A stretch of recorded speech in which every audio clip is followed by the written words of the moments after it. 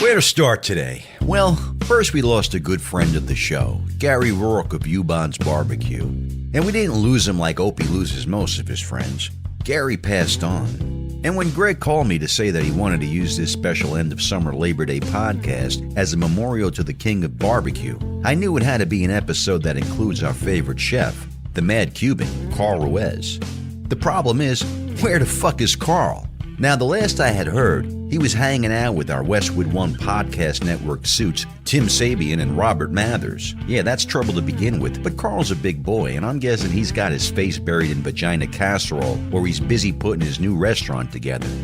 Then I checked my Instagram feed for like 3 days, and not one post from Carl. Now that's troubling because the chef posts himself drinking or eating something that would put me in rehab or a hospital like every 10 minutes. In fact, I may have lost 5 pounds not seeing his Ruizing this past week. Because when I do see his posts, I gotta eat. So with that, Opie put on his little Sherlock Holmes hat and began investigating things. Because let's face it, we can't pay tribute to Gary of Ubon's without Carl. It just wouldn't be right. So Opie got in touch with Carl's girl Friday, Gloria, and she gave him a number that has an Arizona area code. Like, what the fuck? So now we check in with our host, in his car, podcasting as usual, and giving that Arizona number a shot. On Opie Radio.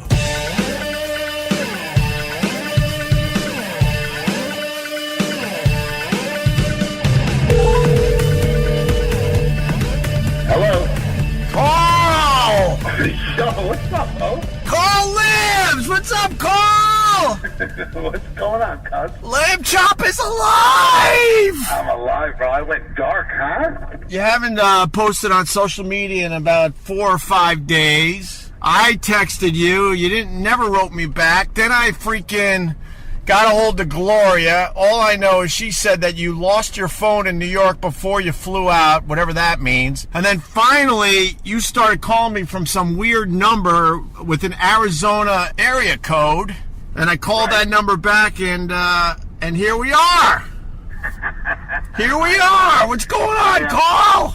Let me tell you something, brother. When I tell you I'm off the grid, I'm off the grid. You know what I mean? Oh, I don't care if you go off the grid, but no one knew you were going off the grid. Well, I didn't know I was going off the grid in the beginning. What happened was I was in New York, and I was at a party, and I may have drank too much. You think? It is a Tuesday. It was Tuesday. And I left my phone in an Uber. Really? And I don't know any of my passwords or anything.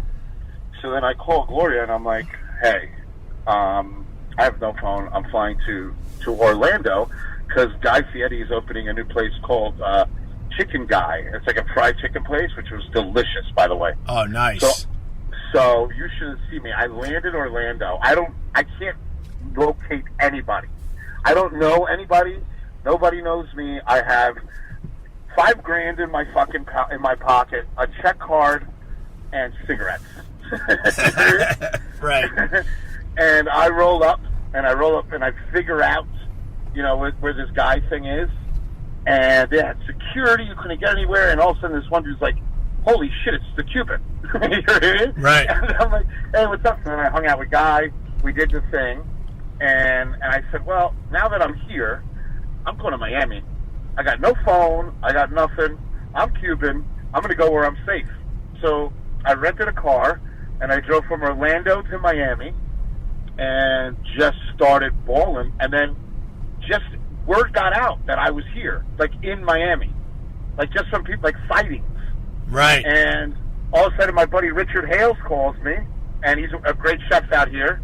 Richard Hales calls the restaurant because I'm staying at the Confident Hotel where his restaurant is. Yeah.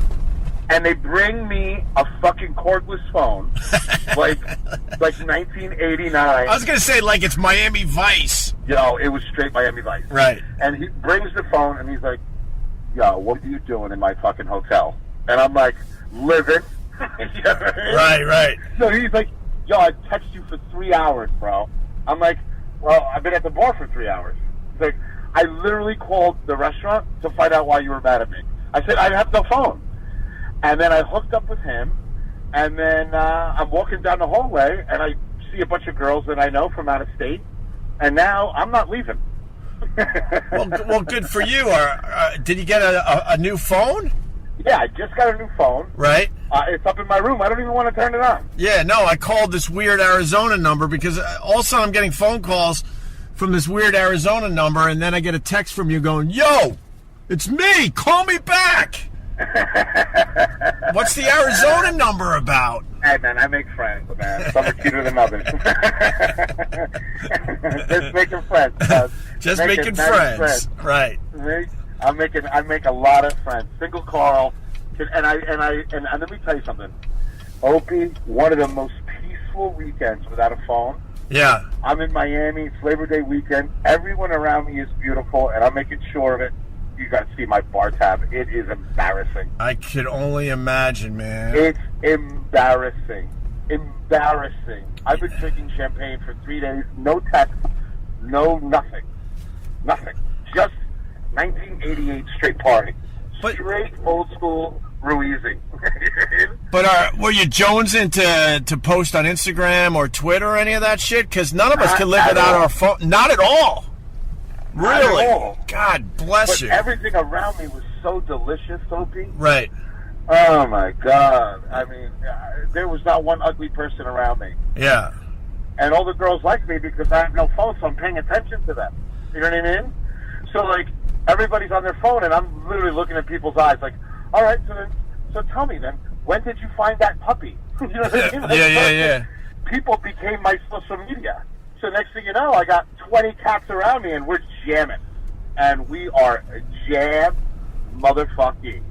That's pretty amazing. I don't think most people could go without their phone for God. I mean, you hang out with me every day, right? You've seen me. Yeah. I literally don't pick my hand off. I don't take my head out of my phone. Right. I wasn't living, man. I gotta tell you, bro. There is something so beautiful about just being disconnected. Right. I gotta tell you, it's unbelievable. And I know because you do the. If anyone's gonna agree with me, it's you because you do the same thing. You disconnect. When you're out, you're out. I'm out fishing. Fuck you. I'll talk to you later. Well, I disconnected for the month of August where I went Trump free. Right. No, that's the truth. I went Trump free. Like, people around me, they wanted to talk about Trump, anti-Trump, pro-Trump. I said, nope. This is a Trump-free zone, man. We're fishing, and we're not talking about Trump for the whole month of August. And then usually I spend a lot of time in front of the TV. I go MSNBC, CNN, Fox, and just keep rotating. And all of a sudden, I'm like, nope. And I started watching documentaries, and I just simply blew off the Trump shit. Guess what? A month later, the world seems like it's fine. And I don't know what... Everything is fine. Let me tell you something. The most in-depth thing I've said in the last 4 days is, baby girl, what color eyes are those? By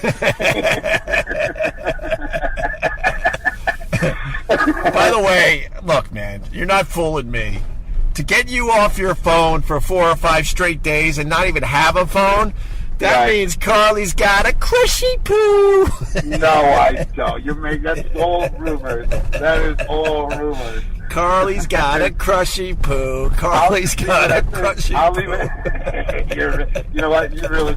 This is why I don't miss my phone. You piece of shit. Somebody's got a high school crush. Are you going to invite her? No. Are you going to ask her to the prom? I'm literally renting a house next to you down the shore. Go for it. Go for it. I can't wait till we all go for fondue. Me, you, and Lindsay. Oh, Carl, man. For real, though, I'm starting to think, what the fuck did I do? Because you weren't getting back to me. And then people are calling me. Have you heard from Carl? I'm like, no. And then, the classic, oh, shit, what's going on, man? You know what I mean? And then I'm glad everything's good and you just left your phone in New York City. I left my phone in an Uber, and I have no access to my emails or anything or nothing. I mean, there must be so much shit going on. Right. And you know what? I don't give a fuck. Right. I think everyone should unplug at least a weekend and remember what it is to talk to other fucking people. It was just unbelievable. And I got around just fine. I mean, I know a lot of people in Miami. So maybe it's not fair, but I got along just fine. And I had the best conversations, and I laughed. I mean, for one, I went to the hotel bar at the lobby, drunk as fuck, just blowing air kisses at whoever walks through the door. 11 o'clock in the morning, I look like Diego Maradona at the World Cup. Right, of course. Just same size, actual size. Right. And Jesus. just jamming. And everyone in the hotel, they call me, because they're all Cuban, so they call me El Caballo, the horse. The horse. And that's like the biggest compliment. They're like, El Caballo's at the bar. Yeah. It's gonna start. And I'm DJing. I sent some girl to go get her iPad. Right. So we could play different music. Right. She didn't even speak English. I don't know what maybe she was speaking English, but I just didn't understand it. Right. But it was just incredible. Good for you. I must have said, yeah. Show me one titty at least 16 times today. So if you say show me one titty, then you're not part of the Me Too movement, right? If you say show me your tits, that's when you're crossing the line. Well, I mean, this is after you make out with me. I mean, you don't do it cold. Right. Right. I can't believe I don't know, man. I don't know if I'm getting the full story, because for you to unplug like this for so many days, man, I don't know if I'm hearing the whole story. So you're implying, I just want to make this straight, okay? First of all, this is the most unpleasant phone call after 4 days, because you're already digging in my shit. So, perfect, Opie. You're pitch perfect. I think you're leaving out maybe just a little piece of the story, but that's okay. Opie, that's okay. I'm living, baby. I'm living. I'm living. Nothing. That's all that matters, right? That's all that matters, because I'll tell you, what do you think it is? What do you? All right, so tell me what your version of the story is, and I'll tell you yay or nay. That's fair, right? I'm calling a phone with an Arizona area code. That's my first. Come here from everywhere. That's my first fucking clue. What is? It's not a clue. It just happened to be someone with a phone. Next question. Well, I mean, if you're going to shut down my first question, then it makes it tough to go with a second question. And I just hear Happy Carl. Ew! Happy Carl God, stinks. you hate it. You don't like this. You don't like Happy Carl. Happy Carl stinks. I mean, you just... They should have never made me single, bro. It's a nightmare out here. Yeah. This place is in complete turmoil. And I understand what you're saying. You're implying that I'm on some kind of super date. Is that what you're implying? I think... shoot straight with me, cuz. I'll shoot straight with you. I think you've been on a super date for, let's see, I haven't heard from you in about 5 days. So I would say you've been on a super date for 5 days. And for you to rent a car in Orlando to go to Miami... Cuz-a-roo. Well, listen, I don't want to disrespect your investigative skills. Okay. Because, look, we all want to unplug, but we're all addicted to our phones. I'll tell you, I think it was 2 years ago I was fishing, and my phone fell out of my sweatpants, fell into the water, and then I watched a wave just take it into the ocean. I'm like, that's no big deal. The phone is right there. And long story short, 3 to 4 hours later, I couldn't find my fucking phone, and I wasn't able to get another phone for about 2 or 3 days. And I'm not going to lie to you, being unplugged for 2 or 3 days, I loved it, but I was jonesing inside. And the first thing I did when I got back to New York City was I ran and got a brand new Samsung. Oh, my God. That's why I think there's something else in play here, but that's none of my business. We're going to talk like old Cubans. Let's just say, make sure you have a suit for my new wedding. Oh. I'm busting balls. No, I'm having a good time. Everything's great. I finally finalized the deal for the restaurant. We got the concept down. Nice. And all bullshit aside, that's why I'm in Miami. Okay. And you know what? I'll give you an exclusive. Yeah. Because I love you. All right. And I can't tell you the truth about other things, so I'll tell you the truth about them. All right. The restaurant is going to be opening in New York on 15th Street, and it's going to be me, and I'm back in the game, and the place is going to be called The Cuban. Nice. For real? The Cuban? Yeah, it's The Cuban. That's awesome. That is awesome. Cubano. I'm still working on it back and forth, like either a Cuban or a Cubano or a Cubanito. I'm going back. I'm going back. My mother's getting old. Yeah. My dad is really sick. Yeah. So I'm going to build a restaurant basically of how I grew up. Right. You know what I mean? So it's going to be The bar's crazy. There's going to be a giant club downstairs, like the old Copacabana. Beautiful. So I'm going to build a place for middle-aged dudes to scoop up chicks. Right on. Because I'm the best at it. And do you have a place for Michelle Pfeiffer? Fly, Bertie, fly. Carl's got himself a Michelle Pfeiffer somewhere in Miami. Oh, yeah, man. Like those gifts of like Al Pacino dancing behind Michelle Pfeiffer, like all awkwardly. Right. That's definitely happening every 20 minutes. You're gonna come home with a wife, and she's gonna have a kid in her belly if you don't watch out. The Cuban. Well, first of all, I'm Cuban. We pollinate. You know what I mean? Yeah, you do. We're like bumblebees. Yeah. But Opie, I've been through a marriage already. I don't want kids because I've decided, that I'm just gonna ball out. Right. As hard as I can. But isn't it? You want to be a star? Yeah. You want to be a shooting star or a star? I want to be a shooting star. I'm going to go as hard as I can until I can't go no more. Well, that's why everyone was concerned, because we all know you're a shooting star, and then when we don't hear from you for 4 or 5 days, we're like, fuck. Hey, No, I'm 100%. I'm 100% good. I'm literally like, bro. I ate a salad today. Yeah. Yeah, it was delicious. It was grilled chicken with grits. Okay, look, if you're eating a salad with grilled chicken, I'm gonna upgrade the crushy poo to you're in full blown love. Tranquilo, baby. Saying hi to the valet people. They like parking my rented ass Ferrari.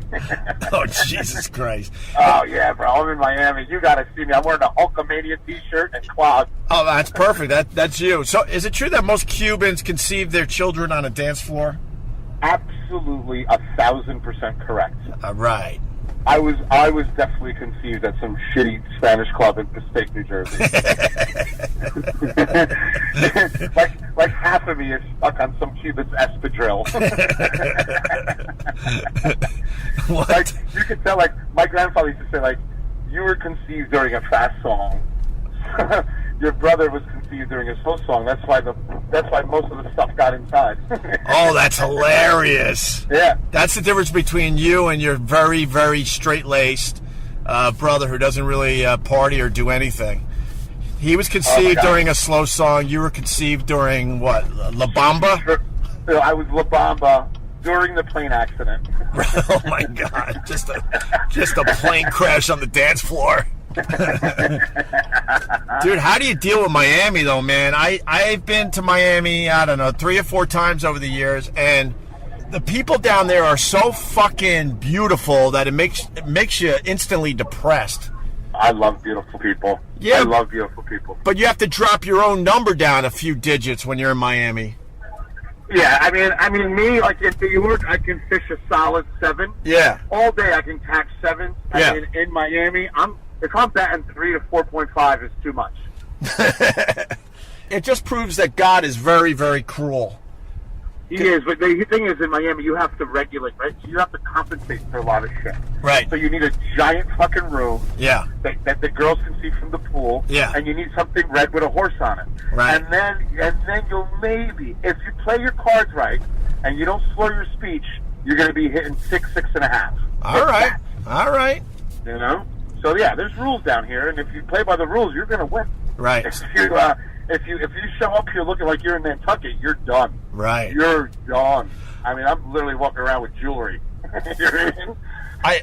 If it sounds like I wasn't listening to you, I wasn't, because I just swerved out of the way. Almost was in a major accident. I'm on my way to Bay Ridge, Brooklyn, of all places, to talk to Chris. What are you doing down there? I'm going to talk to Chris DiStefano and Giannis Pappas, the Bay Ridge boys. So we're going to hang around in Bay Ridge, Brooklyn, and do some of that podcasting. But I was worried about you, so I'm like, I finally got this phone number to call you and to make sure you're all right, my brother. Chris and Giannis, I mean, this is probably your first quality podcast.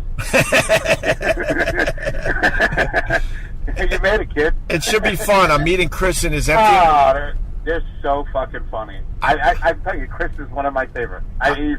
There's very few people as funny as Chris DiStefano. And as far as roasting people, Chris DiStefano's the best. When he locks in on you, you're fucked. Yeah.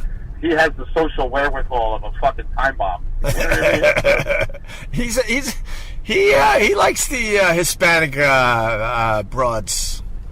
We both drink from the same well. He loves the Hispanic broads. If I saw this girl today. You could see the back of her from the front. Oh my God! What does that mean? She was everything. She had everything everywhere, and I just straight, not even tried to open in English. I'm like, ¿Qué pasa, mamita? Right. She's like, "Hi, Poppy." I'm like, "Yeah, now we're talking." All right. Yes, I'm at the pool bar. I'm meeting him at his empty apartment. He just bought an apartment in Bay Ridge, and then he wants to go get a haircut. So I think it's set up for another wonderful Opie Radio podcast. Well, I'm a fan. I listen to him. And I'm gonna, I'll talk to a bunch of people on the street, I'm sure, and fuck that up. So hopefully I don't get punched in the face. So I'll give you a little taste. Yeah. If you want to keep your investigation, I'm going to give you what we call a lead. I'm going to give you a hot lead. Okay. The other night in New York, yeah, I was chilling with my new squad. I was squatted up. Yeah. Tim Stabian and Robert.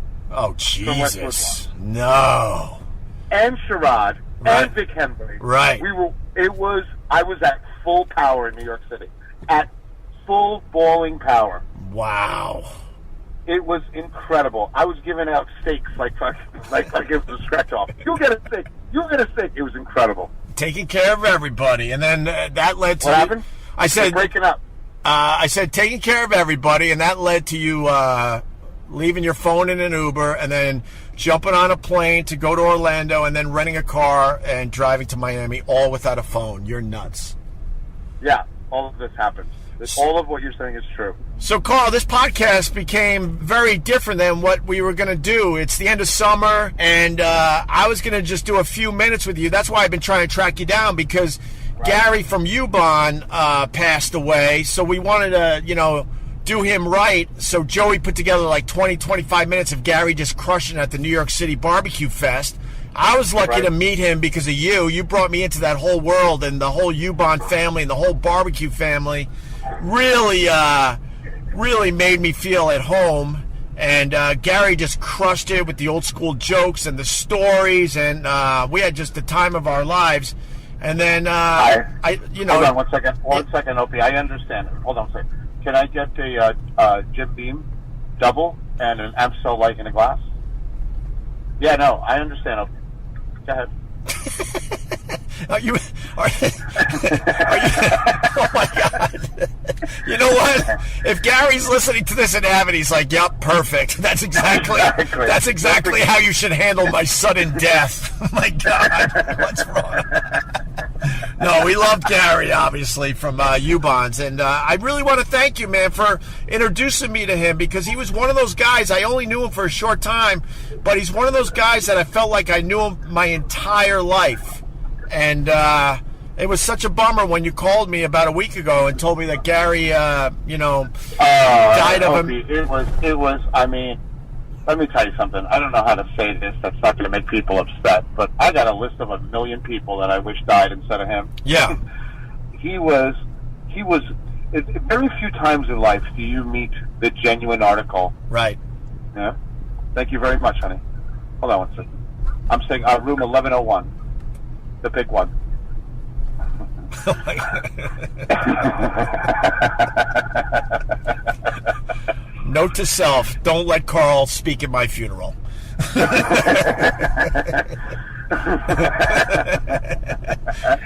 I'll show up literally Harry the Hater.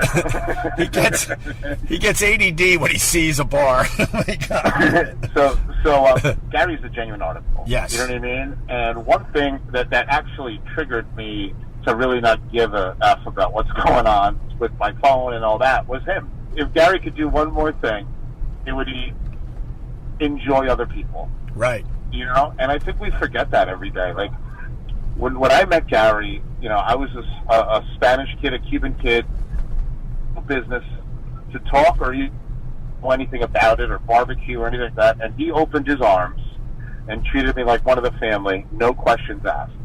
And there's so few people in my life, and I'm definitely going to point you out and say in your life, that aren't your friends without an angle. Right. You know, like we have a great friendship, you know, like Gary and me. Because Right. we don't need each other for anything. Nope. You know what I mean? I'm not calling you or you're not calling me. Like, when we do the podcast, we do it because we want to see each other. Yes. And it's that simple, Yes. you know? And when people are like, get away from Opie, it's like someone telling you, like, get away from your best friend. It doesn't make sense. You know what I mean? And the same thing with Gary. We talked about real stuff. I mean, there's very few people that you could tell anything to, and the end of the conversation will end up with a hug, and he'll just tell you, at least you ain't dead. Right. Yeah. And he touched me. He touched my heart in a way that very few people did. You know, and if he did one thing, he inspired me to live even harder, because you never know when it's going to be your day. And nothing ever bothered him. When they would win barbecue competitions, he was happy, and when he would lose barbecue competitions, he would be happy. The same level of happiness. Yeah. Like, I'll tell you, I in Memphis in May last year, we were in Memphis, and 2 years ago in Memphis in May, which is the biggest barbecue competition in America, right? It's like the Super Bowl of barbecue. And he's won Memphis of May before.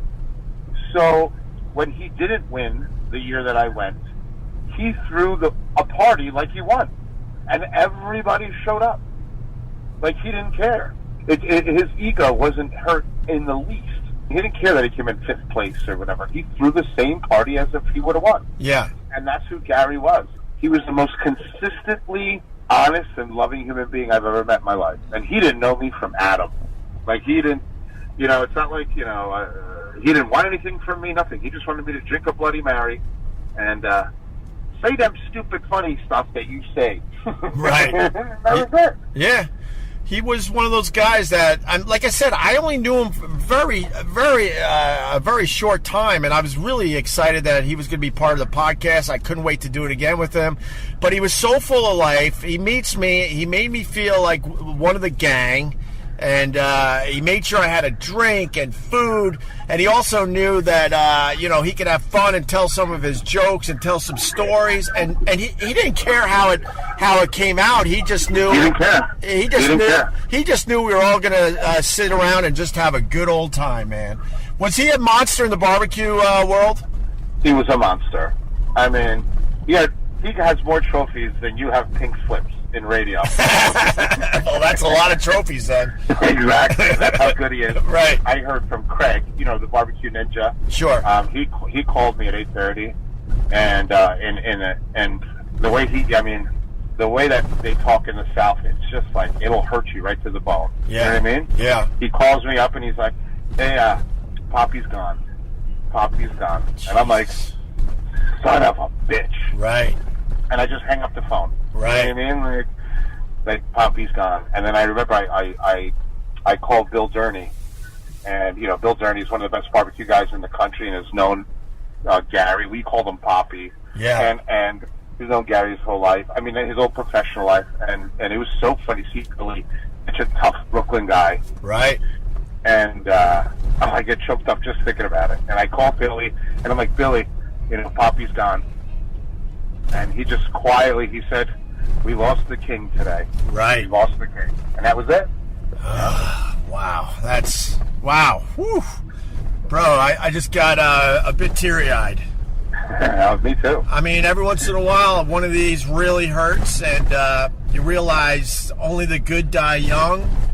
Right. My heart goes out to the barbecue princess. She's got to be just out of her mind. Leslie, and Leslie's the glue of that family, and what she has to deal with, and her husband Heath, you know, is a beautiful man and a great doctor, and I mean, these are real people.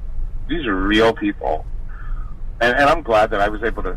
I mean, one of my last posts was a Yazoo Ubon's picture, and you know, maybe God did it this way. Maybe I lost my phone just so I could get off my bullshit. Right. And you know what I mean? Just let it sit for a second. Let it sink in what being a real person is. Because let me tell you something. Every day we get farther and farther from it. I'm breaking up just thinking about it. You know what I mean? Like, yeah. He was a good dude. He was the king. You know, the king laid down his crown that day, and it was awful. It's awful for all of us. Sometimes it's good to just kind of wake up and reorganize your priorities and realize that dumb Twitter and that dumb phone means nothing in the end. Absolutely nothing. It's fun could be fun and silly at times, but you know, we shouldn't take that shit seriously. We should all get our faces out of our goddamn phones and have real human contact again. He was unbelievable. Like, when he died, I was... Listen, I've seen a lot of people die. Right. And to tell you the truth, most of the time I'm not that sad. I justified some way. He was old. He was a cokehead. He didn't have a helmet on. You know what I mean? I always figure out something to justify it. Right. So that I can move on with my pettiness. Sure. Right? Sure. But when someone like Gary dies, everybody stops. Right. Because he didn't have a negative thing to say about anybody. Oh my God! You know what I mean? No, I felt that immediately with the guy. He was just full. I felt right. You felt genuine love from him. No, he was just full of. He was just full of love. There's not a lot of people you meet in this world these days that are truly just full of love. That a person that others want to gravitate towards as soon as they see him. Like, even through the second day of that barbecue fest when we were podcasting, the whole time in the back of my head, I'm like, where's Gary? Where's Gary? I can't wait to see Gary. And it wasn't, I knew he would give us great shit for the podcast, but I also just wanted to hang around that energy. His energy was so pure. I'm jealous that we weren't closer. Right. How about that? Right. You know what I mean? Like, yeah. I'm jealous that I didn't spend as much time as I could have with him for the sheer fact that, you know, just to love him more, just to love him more, and it's that simple. And he was just, I mean, he taught me things about life. I mean, you can learn about cooking, but he taught me without ever teaching me anything, without telling me ever, sit down, boy, this is what you do. He's one of those few people that teach you how to be better just by existing. Yeah. You know, and I would look at him and I don't know how much longer I could talk about this, but I look at him and I was like, wow, like, that's, you know, on his worst day, he's better than me on my best day. Right. You know? No, I get it, brother. That's what a man is. You know, that's what a man is. Not going out renting a Ferrari. And actually, that's pretty cool. Yeah, it is.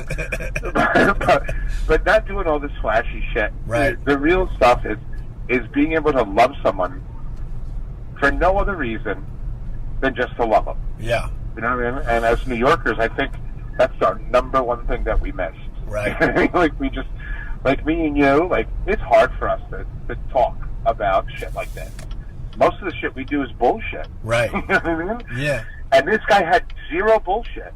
Yeah. You know, people would visit him in Mississippi that only knew him for an hour, and he would sit on the porch and talk to you for a day. And you could sleep in my grandmother's room, and you could do whatever. You know what I mean? It was incredible. You know, and when Bill Durney said that, you know, we lost the king today, I swear to God, it was like a lightning bolt. Yeah. You know what I mean? Because you're talking about one of the toughest, baddest people in barbecue who never even cracks a smile. You know what I mean? You know Billy. You know what I mean? No, I know. Billy's tough, man. Billy doesn't give it up easy, you know what I'm saying? No, he doesn't give it up, and he just... And just to see Billy and to hear a crackle in Billy's voice, and I called Sam Jones, and Sam Jones, you know, I mean, just to hear Sam Jones and all these legends just completely take two knees. You know, it was immediate reverence. It was the most beautiful thing I've ever seen in my life. Right. It really was. And I got to say, you know, I only knew him for a few days, but I got the invite to go down south. Right. And I believed there was a real invite, and my brain started saying, "Man, why don't you make some time to go down there?" You know, this is. Oh, we're gonna, Opie. And I'm telling you right now, I'll put you on the spot. Right. We're gonna do a podcast out of Mississippi. Beautiful. You know what I mean? And we're gonna put all those guys back together. Right. And we're gonna celebrate Gary and talk shit. And I'm probably gonna be drunk, and I'll probably. I don't know if you could rent a Ferrari there, but I guess on F-250 is like a Ferrari. Right. So I'll rent an F-250. Yeah. But we're gonna have a good time. You know what I mean? And that's because that's what he did. And it breaks my heart. It breaks my heart. But I learned that I was loving wrong. Right. You know what I mean? So. Well, listen, man. I mean, that's my 2 cents. So 2 cents. No, you just did Gary proud from Ubon's, and you know, Gary made sure I pronounced it correctly. I'll never forget that. Gary, God bless you. God bless Gary's family and the whole barbecue community. Carl, thank you to you as well, because this is the end of summer, and man, what a start to our podcast. We did it. Unbelievable. We did it, bro. We did it, man. We did it. Just think of everything we accomplished in the first 3 months as we move into the fall season and what I call phase 2 of the podcast. We podcasted from the creepy cabin. We podcasted from a yacht. We podcasted from Philly at a dumb podcast convention. We went to Nantucket. We went to ESPN. I mean, it's endless the amount of fun and podcasts that we did in the last 3 months, my brother. And I want to thank you. It was awesome, man. And thank you, man. Thank you for giving me a shot. And, you know, I have nothing to do with. I'm about as much as a broadcaster as I am a tree swamp. Yeah. You know what I mean? But the patience that you have with me and the way you teach me how to, you know, be quiet sometimes, talk sometimes. Actually, mostly be quiet. Not at all. We're having fun. We had a great summer, and I can't wait to continue this. And I appreciate it, and I'll tell you from the bottom of my heart. You know, in the spirit of Ubon, I love you, brother. I love you, brother. We're gonna be all right. I appreciate you. You know. I appreciate you making this fun again for me, man. I know we're starting to sound a little geek, but bro, I'm literally wearing a Hulk Hogan T-shirt with the rips in the back, right? With pastel clogs, and I have I overdosed on Cialis before. I didn't even know where I was. Jesus, I think we got a new sponsor called Blue Chew, by the way. So I was overdosed on Blue Chew. Yeah, there you go. I think it's shout out to Blue Chew. I think it's in a gummy form to get your fucking dick hard. I hope. Well, let me tell you something. I have no problems. With that. But the pills are great, and Blue Chew is great, and I'll tell you why. Because I wear Speedos, so you want a little blood going through there. You know what I mean? So you have a little girth when you're fucking drinking piñas, when you're drinking pina colada poos. You know what I mean? You want you don't want a bicycle racing tire. You want a mountain bike tire. Right, there you go. Oh my God! Now I have that vision in my head that you wear Speedos. Yuck. I wear Speedos with the Cuban flag on it, and right where the star is, that's where the star is. Oh my God! Well, with that. All right, Carl. You have to see it. It looks like there's hair eating my shorts. It's unbelievable. You don't like a hair tornado eating my shorts. You probably don't even shave down for your Speedo. You just let it fucking fly. Bro, I got to take at least 3 Blue Chews to get to override the puffiness of the pubic hair. Oh my God! it's like you're making Jiffy Pop popcorn in your pants. Bro, it's like they found a robin egg in a nest of Brillo pads.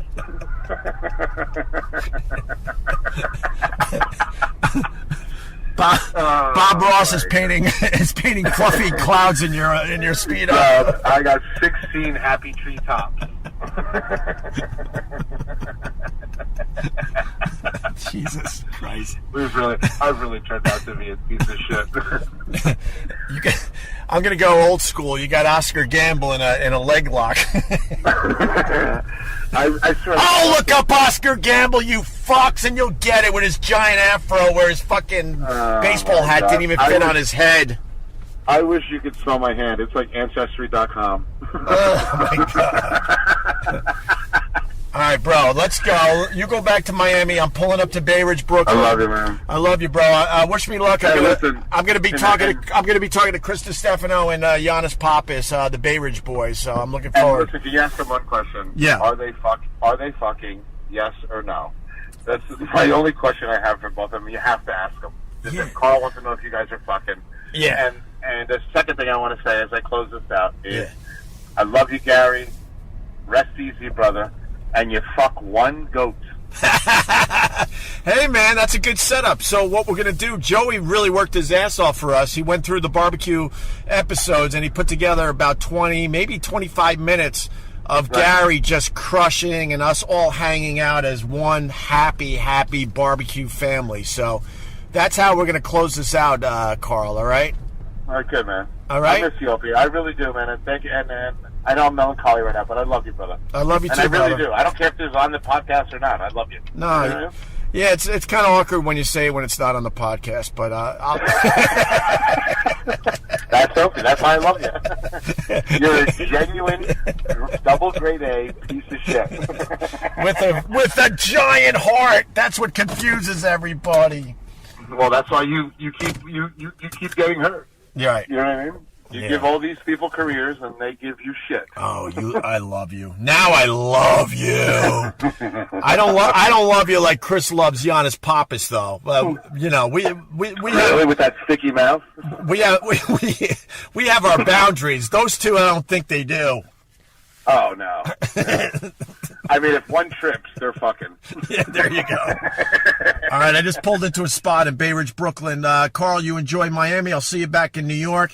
Joey's going to take it from here and set up the Gary stuff. A nice little tribute to Gary from Ubons. Thanks. I will. And let me tell you, and another thing, I love you, Joey. And thank you for everything you do on this podcast. You're literally better than both of us. There you go. Yeah, I love you, Joey. And I love it. So I downloaded his album, Ope. Yeah, it's great, isn't it? And we had I had no fucking way to get to anything. Yeah. So the girl that I'm with. Oh, you gave it away at the end. Joey, remove this. Nope. Joey. Nope. Cut it out, Joey. Nope. No, cut it out. You can't cut it out because you want to talk nice about his album. So you're in a quandary right now, my friend. All right, you know what? I'll take the shot. So she downloaded the album. Yeah. And it was the only thing that we listened to from Orlando to Miami. Nice.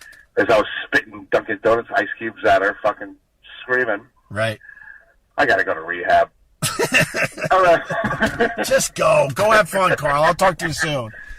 Hey, listen, my friend's doing a comedy show tonight in Miami. Yeah. And they literally asked me to come up and do 5 minutes. Yeah. So I said, all right. So I'm going to give it a shot. See what happens. All right. You got to record that. I would love to put that on the podcast. Someone's got to. Okay. So my friend. Yeah. Will record it, and then I'm literally just going to steal Vic Henley's set and Sherrod's set. I'm going to mix them both together. Beautiful. So I'm going to sound like a schizophrenic black southerner. I'm literally stealing bits. So I'm actually a real comedian now. Oh, wow. Insert Amy Schumer's name here. All right, Carl. Okay. I like that dude. Don't fuck with him. Oh, my God. I'll talk to you later. All right, Carl. Have fun in Miami. I'll see you soon, buddy.